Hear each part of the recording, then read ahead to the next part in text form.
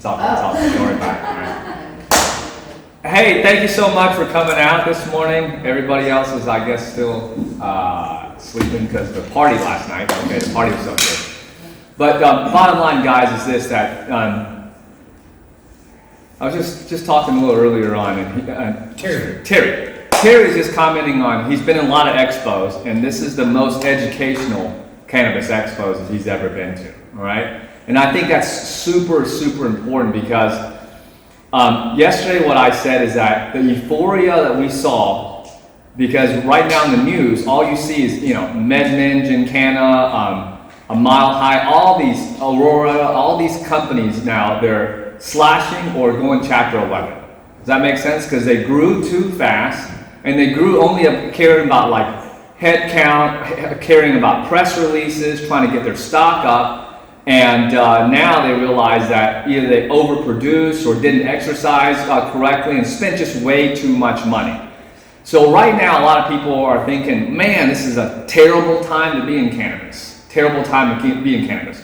But what I'm going to tell you is this, that we're in the winter right now, but everything is in season. Does that make sense? It's all seasonal, right? And if in your mind, you know what this plant has done for people, whether it be hemp or cannabis, whatever side you're in, just either internally because you feel better with it, or you have relatives that's been on the product and they've been transformed by it, you know that this plant is not going to go away, all right? Earlier on, just a second ago, we talked about, I'm learning about all this research coming out. This momentum is just growing. It's just absolutely growing. So if you know it's growing, and right now, seasonally, we're in the winter time. You know what that means to you? That means it's a reset. That means you don't have to worry about, hey, I didn't get involved when Charlotte's Web got started 5-6 years ago. I missed my window. You didn't miss your window, all right? This is the window right now to work and work hard, because a lot of the people who didn't care long-term about this plant, didn't really care long-term about customers and what the benefits are, they're going to leave and go do something else that's hot. Does that make sense? Because they lost all their credibility in this marketplace. But if you care about the consumer, you care about being here long-term, this is the perfect time to align yourself with the right tribe, as I said yesterday. And CBDIA, in my opinion is the premier tribe for you to connect it with, because we care long-term about the plant and about the benefits, the endocannabinoids inside the hemp plant, and also obviously the cannabis plant is going to provide people around the world. And you're getting to see it right at the beginning. And I'm so happy to introduce you to Thuy, my sister. We eat all crazy good restaurants all over the place. That's important to me, because when you're in Asia, the first thing they say, probably in Vietnam too, the first thing they say in China is they ask you, have you eaten yet? Because they've been through a lot of famines, all right? So here's what I'm saying. This lady, and she's going to be very, very pinpoint, and she's going to give you tons of knowledge. I call her the fountainhead of compliance, all right? But she's in the industry, and she's been on the other side. She used to be called the Black Widow in Colorado. No joke, all right? You don't want to really see her, because she helped write out all the compliance earlier on when Colorado went recreational. Does that make sense? She was the lady that worked for the government to go out and see all this like Wild West companies getting started and getting in the dispensary business, getting in the extraction business. And Colorado didn't have all the laws. And she was instrumental, because she started with food, and then she segued into compliance for cannabis. And through all this, how many years, decades? Since 2010. 2010. All the experiences she's garnered, through, sweat equity, and obviously maintaining those organizations and getting them in compliance. And now she's on our side, 100% on our side. Well, she was on our side even before. But now she's on the private side with Hammer Enterprises, which is one of the premier vertically integrated extraction companies, also white label companies, and they do a great job of organic products too with the hemp and cannabis sector. But she's going to pour out to you today incredible information, and also later on she's coming out with a continuing educational program. So if you got the chops to be analytical, you're one of the analytical few, right, and the population, you need to write notes, you just need to get her number and try to get as much information as possible. Take it away, Cindy. Yeah. I always like to joke, only because George likes to tell everybody that he is not your average hoe. But George being a fancy Asian, because he's from China, I'm so thrilled to be able to share the stage with you because I'm a general Asian, so it's good to go. So just a quick introduction to myself. Thuy, Director of Operations, Regulatory Affairs, and Business Development for Hammer Enterprises. Just going to give you a quick overview of what Hammer does, what my background is, and then we'll go into detail about the cost of non-compliance. Just so that you understand my perspective. So Hammer Enterprises, we were established in November of 2015. We are one of the largest vertically integrated ISO accredited, so ISO 9001 accredited facility that's also USDA organic certified, not only our farms, but also our processing facility. We also have our non-GE, non-GMO certification, and we work very, very closely with all the regulatory agencies. Try to pursue as many certifications as possible, such as kosher, organic, non-GE, only because we understand that the marketplace wants it and needs it. Not everyone is embracing it at this point in time, but we are trying to have products available for brand owners so that you can then market your product. Again, what George said was we are a custom white label manufacturer, but we also offer tooling services, and we we'll sell clones and seeds and all sorts of fun things. So we try to be a one-stop shop to provide everything out there so that it's a lot easier for people to get into the space. Because how many people try to get into the space and then not really fully understand the amount of money that it takes. If you're a brand owner, you have to align yourself with the right companies that have infrastructure in place so that it's really easy for you to just plug and play, right? And so that's what Hammer Enterprises does. So my background, again, I started off in the regulatory world. I was the lead foodborne illness and outbreak investigator and marijuana inspector for the city and county of Denver. And in Denver, 2010 was when Colorado legalized medical marijuana, and then 2014 was when we legalized recreational or retail marijuana. And when I was an inspector, I was focusing obviously on foodborne illnesses and outbreak investigations and retail food manufactured foods. And then as we legalized in the marijuana space, then I learned very quickly what I didn't know about cannabis, and then also trying to apply the current regulations to this new commodity that nobody had any clue. It was voted in by the people, but regulatory is always, 10 steps behind the industry. And so all of these products that are going out into commerce, how can we ensure that that product is safe? How can we ensure that anything that is being consumed is going to be deleterious to health, or is it going to be safe? What is it going to be? And as regulators, we didn't know. A lot of people didn't even want to get into the regulation side of it because of the black market and kind of the reputation, I guess, of just marijuana in general. Not a lot of people wanting to accept that. The way I looked at it was it's something that is going to be consumed not only by people, but it could be immunocompromised communities, children, whatever it was. I wanted to ensure that what we were producing, at least in Denver, was going to be safe for human consumption. And during my time as an inspector, I learned a lot about not only the space, but also the culture. It's very different than other cultures. You have a lot of people coming in from a retail space or even from their mom's basement and producing product, manufacturing product for commerce, whether it be for intrastate or interstate commerce. It was out there. And you as the general public would suspect, well, if it's out there, then it's probably safe, right? But as consumers, again, you don't always know the avenues that you need to take to look to see whether or not that facility is licensed, whether they are operating under good manufacturing practices, whether they are testing the product to ensure that it is safe for human consumption. And again, there were no guidelines. No guidelines for not only the industry, no guidelines for regulatory. It was just something that the people voted in, and it was like, okay, what are we going to do now to make sure that it's safe?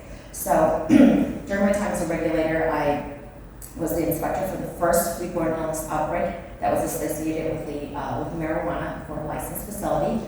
And then I was also the one who spearheaded all of the enforcement action and regulation, not necessarily writing regulation, but trying to apply the current regulations, because when you're writing regulations, then you have to go through a lot of different steps in order to create those regulations and have it approved by the stakeholders. And so what we were doing was we were just applying regulations that were already available to us and determining what it is that the industry needs to comply with. And why is that important? Why am I saying that? I'm saying that because like a lot of people in the industry say there are no regulations, but in fact there are, and we'll talk about that.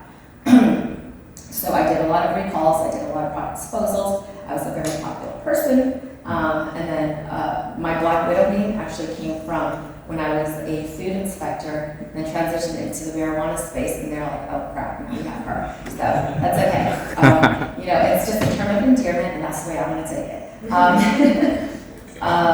I worked very closely with the fire department, the Denver Fire Department, who then created Chapter 39. So if you are a processor, Chapter 39 of the International Fire Code is specific to marijuana processing and permitting. Okay, if you're dealing with solvents, that is the chapter that you want to take a look at. And that is something that the Denver Fire Protection Engineer actually drafted, and the fire team drafted in response to the industry. And if you look at that, again, those are regulations that a lot of other states and counties have actually adopted so that they can understand what standards and what codes from the International Fire Code and International Building Code actually apply to this process, because some people just can't get beyond the fact that it is cannabis, when in fact it's just another agricultural commodity that we are extracting, you know, its essence and producing different products. So we have to just look beyond that and understand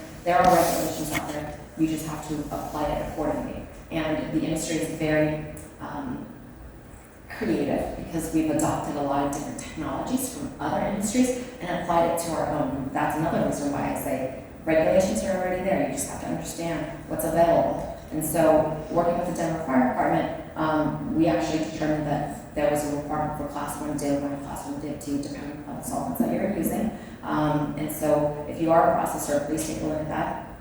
I just want to show you this video. I don't know if it's, it won't play on here, but hold on, I'm going to go on the regular screen and just lay it on here, because this is a prime example of what happens if you don't comply, or if you think that...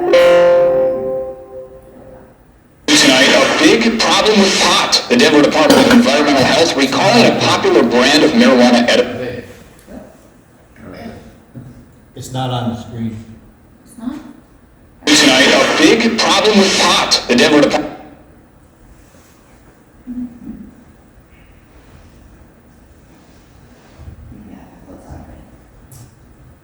Close out PowerPoint, yeah.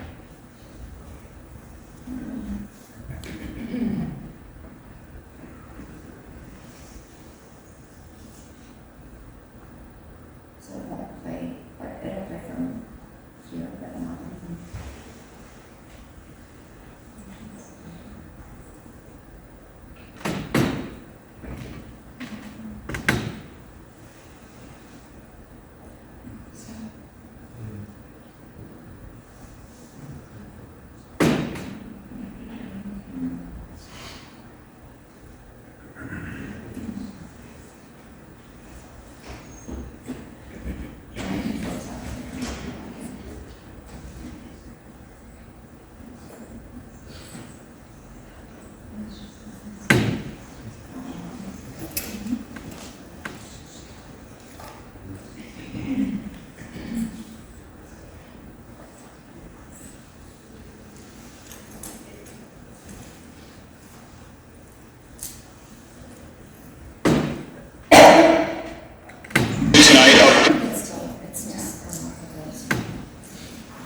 What if you X out of PowerPoint? Or just go to... Yeah, that's it. Yeah. That's it. Sorry.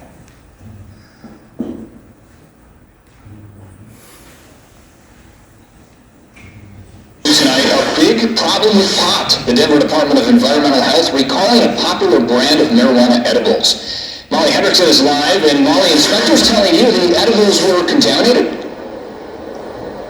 And that's because part of the process in making those products took place in a washing machine, much like this one. Now, in January, the health department began routine inspections of manufacturers, and that's uncovered some new challenges in the industry. We would never use something that had soap in it. A.J. Ashkar is beside himself Extremely frustrated. after the Denver Department of Environmental and Public Health recalled and destroyed his pot-infused brownie mixes and pixie sticks. This is to the tunes of tens of thousands, if not hundreds of thousands of dollars in damages. The problem, his company, At Home Baked, was using this washing machine to make water hash.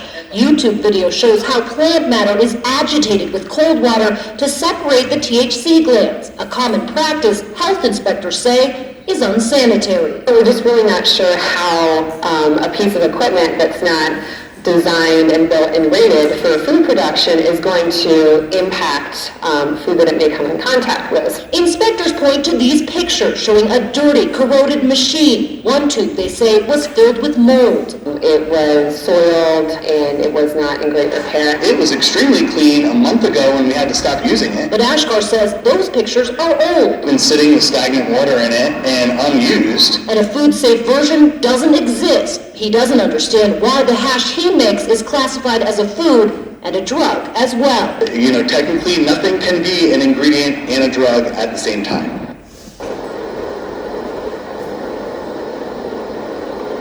And the health department says those pictures were taken at the time of the inspection. We do want to note that no illnesses or other problems have been reported. The health department has given At Home Baked temporary permission to use a different machine, a newer machine, but it is still not approved for food. Reporting live in Denver, Molly Hendrickson, 7 News. So what does that illustrate? That illustrates some of the costs, really, for non-compliance. Let me just get back into You got the it? screen here. Yeah, okay. So the first thing is media coverage, right? When you have media coverage, and you know, it's everywhere. It's not just the TV, but it's social media as well. It can be damaging to not only your company, but also to your brand. There can be costs, direct costs, so product loss, right? You're gonna have a lot of products that will be recalled back to your operation that you will have to pay for. You need to pay for that transportation of all of that product back into your facility.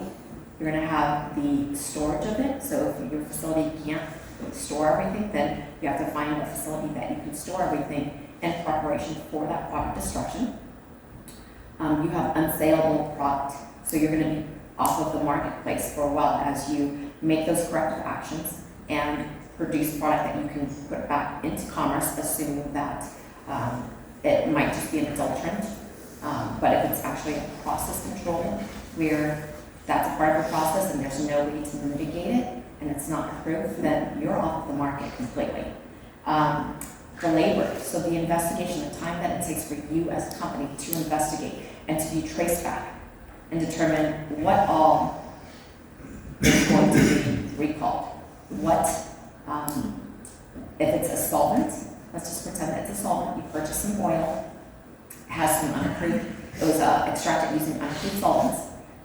There was residual solvent testing that you didn't understand what that product was, you didn't understand the C of A and how it impacted your product, then every single product that was manufactured from those oil batches, and it might be everything, all of that is recalled.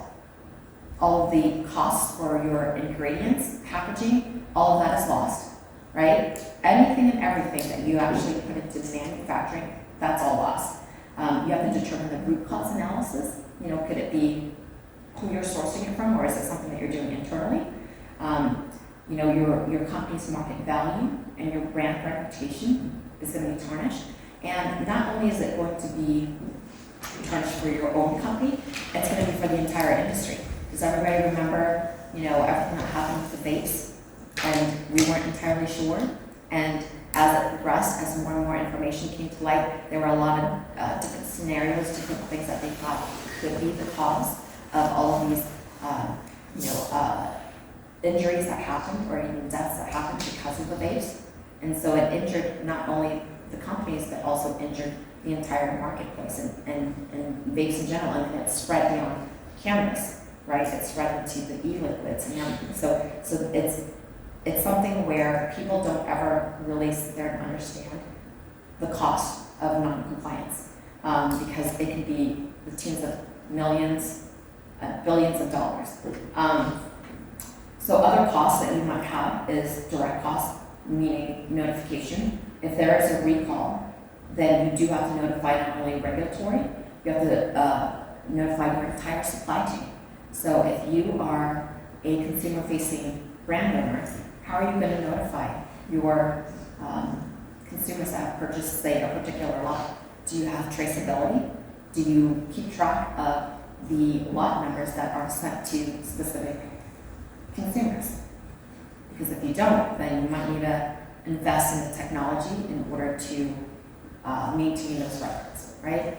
And then, of course, the regulatory side. So there could be administrative holds or embargoes of the product. There could be product disposal. There could be warning letters that are issued on a public platform, so FDA warning letters. Does anybody read any of those warning letters at all? You guys follow that? I mean, that's there forever. That is always going to be there. It will never go away. It is public knowledge, and that will follow you every single time, you know, your brand is brought up. They can Google it, and there it is. And then product recalls, it can be a class 1, class 2, class 3, it just depends. Any sort of fines that may be associated with the recall, because regulatory agencies, depending upon whether it's intentional, or is it because you were negligent, or because there was employee training that was missing, or whatever it is, that's a cost, right? And then, of course, the corrective actions. What are your corrective actions? What's the cost of that? Do you have to improve equipment, update equipment? Do you have to buy new products? Do you have to buy, or do you have to apply training to your team? What do you have to do? So these are all things that people need to consider in terms of the cost of food recalls. Now, the Food and Marketing Institute and the Grocery Manufacturers Association, they were averaging food recalls, and I know this is just specific to food, not necessarily marijuana or hemp, in the tune of $10 million.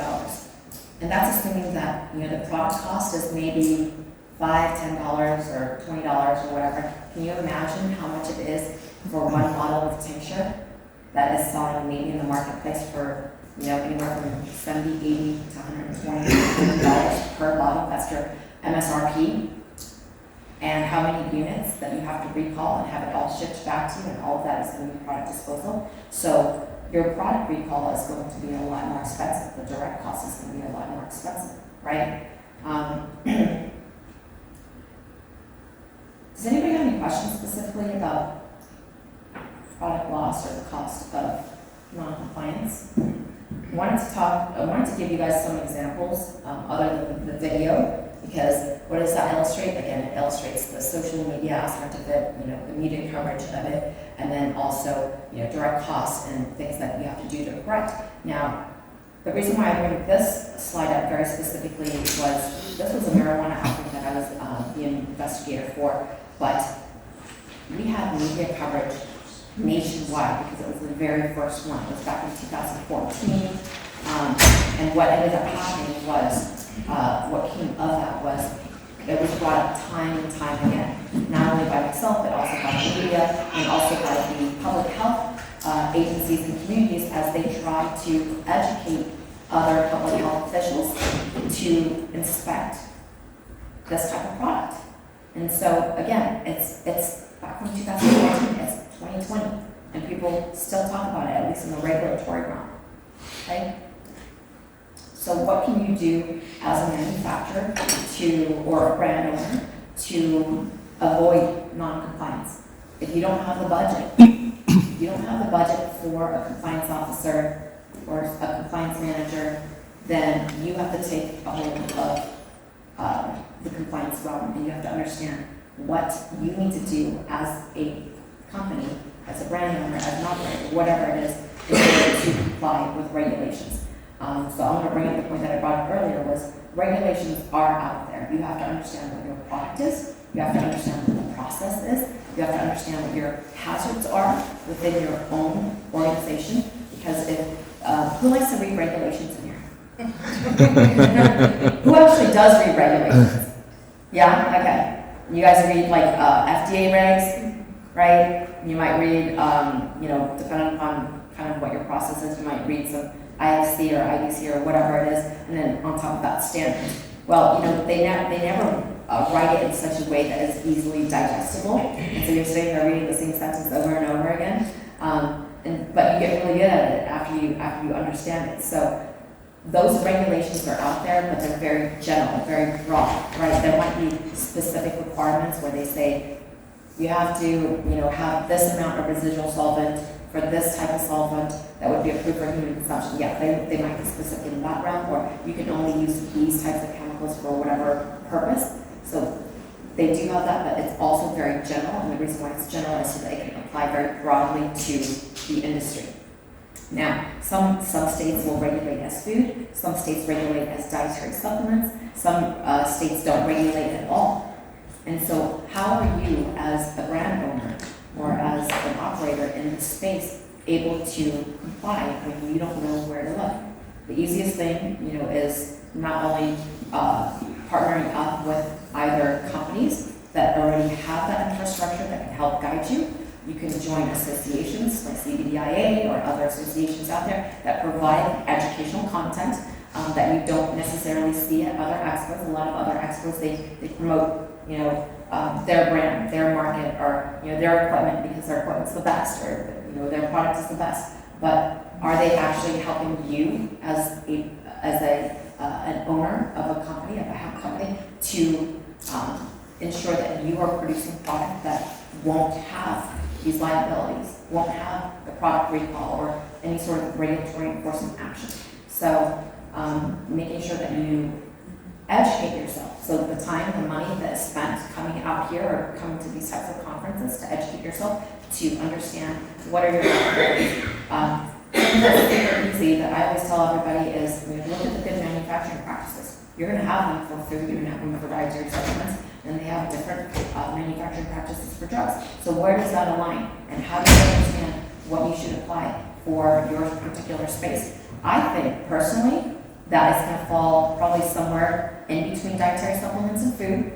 But for our specific company, just so that I can share that information with you, even though we're regulated as food in Colorado, I'm gearing towards making sure that I comply with food regulations and dietary supplements for a number of reasons. Number one, something that I share with everybody is I don't want to limit my scope to only the cannabis space because everyone knows how saturated the market is, right? And so what are you doing? You're trying to appeal to the masses. You're trying to appeal to other parts of industry such as cosmeceuticals, nutraceuticals, maybe the sporting, arena.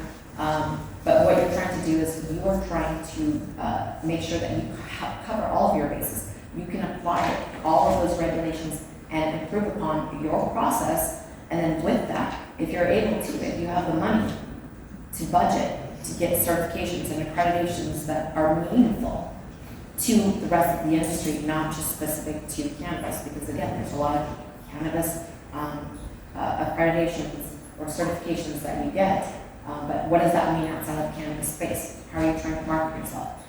So always go back to the easiest thing, which you're always going to have to be regulated against good manufacturing practices, and from that you can move up to the other standards that are adopted by various industries and further improve your process. And what does that cost? It costs money, but not as much money as non-compliance, right? So I'm sharing this with you. This is an older slide, but it's a part of my ISO 9001, and we're also working towards our ISO 22000. So ISO 9001 is our quality management system. ISO 22000 is a food safety management system, and those are recognized in numerous industries, not just the cannabis space. So this is a flow chart. It's just a basic flow chart of what we have. It doesn't entail everything, no, but it gives you a quick understanding of the process through our operation, and I can identify different hazards, and I can even drill down further into each area and say, these are my process controls. These are the hazards that I have. And this is the documentation that I have that can support that I have full chain traceability all the way back to my farm. So I can produce a tincture, and I know what oil was in it. I know all of the human consumption for oral consumption, not necessarily identified as food, depending upon what state you're in, but FDA won't really allow for you to, infuse it into food, but what are we doing? We're infusing it into food, right? And so I adopt those regulations into the way we operate as well, where I look at the FSMA requirements. I'm doing my supplier verification of every single ingredient. Is every ingredient going to be food safe? Because that's an issue for a recall. There were companies in Colorado where they were using essential oils that were produced for like aromatherapy, but they were adding it into the chocolates and the edibles, and they had a complete recall of every single product, and they didn't understand. So that was just the recall for the food. The fire department got involved, found out that they were storing it improperly because it's considered a hazardous material because it was ethanol based, and so they didn't even have the proper storage. And so it was either a matter of disposing of all of that essential oils, which would be another cost because you have to pay for it for proper disposal through the state and also EPA because it's considered hazardous waste, right? But if they didn't do that, then they had to actually build out a room with an H occupancy to allow for the storage of all of that hazardous material.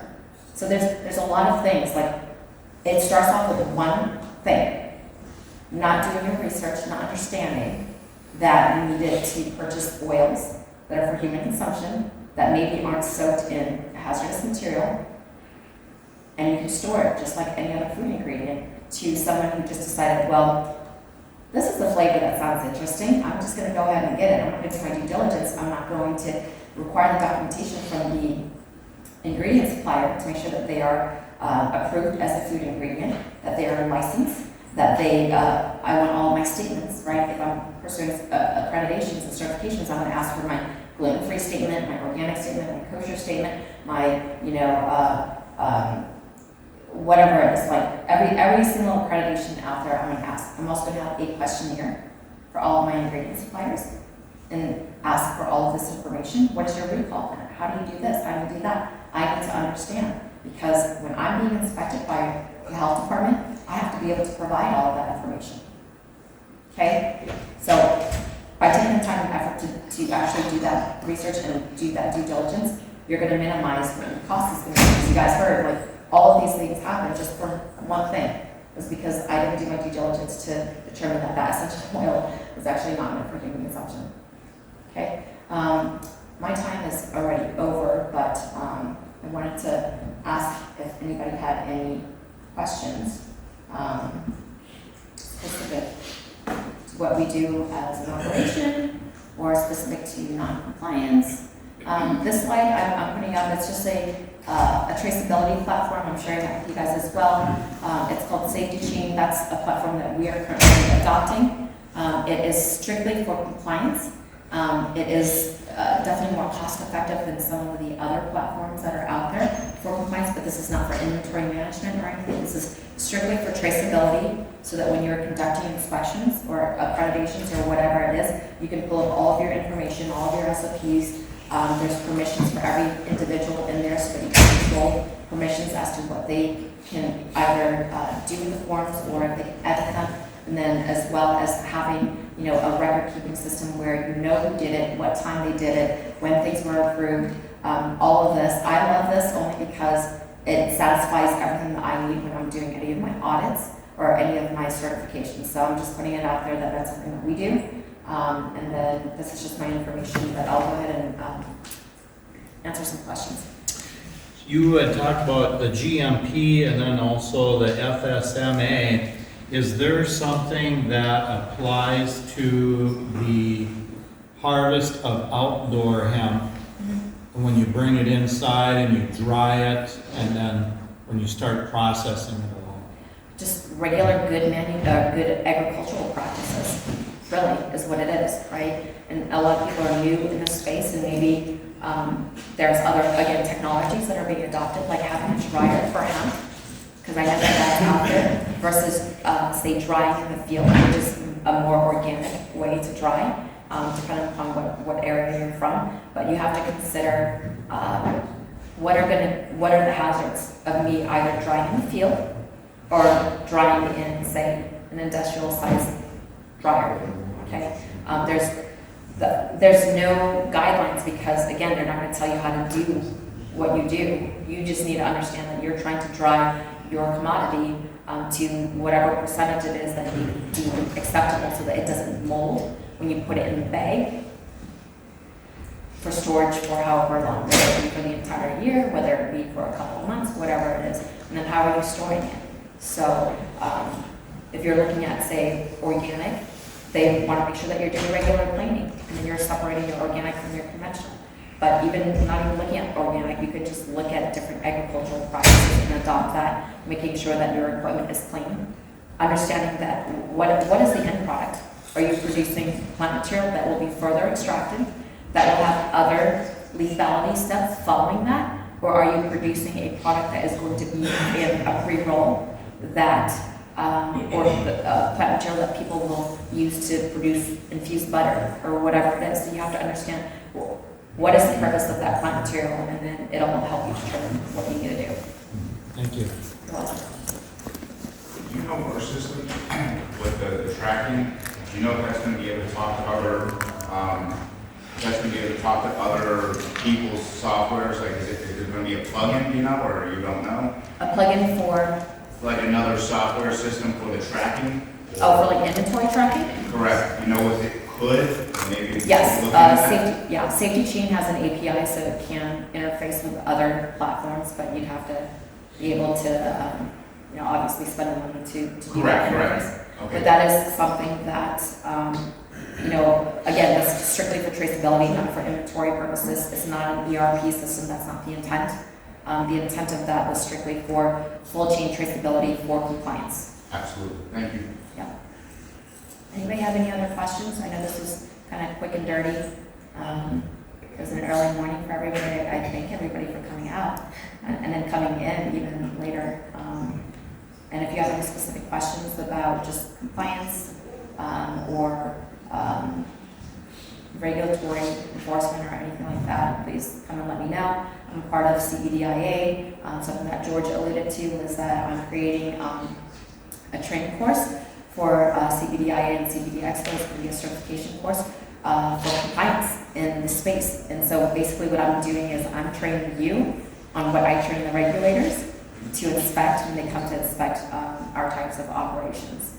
And so I want to be able to give you that regulatory lens so that you can conduct your own internal audits of your operations, as well as second-party audits for your ingredient suppliers or your contract manufacturers if you do use them, and then understanding what all you need to do in terms of gathering the correct information and documentation so that you can very quickly and very easily pass your inspections as well. But this is really geared towards people who do not have the budget to have an in-house compliance person or a PCQI, which is a part of FSMA. Again, that's something that is required.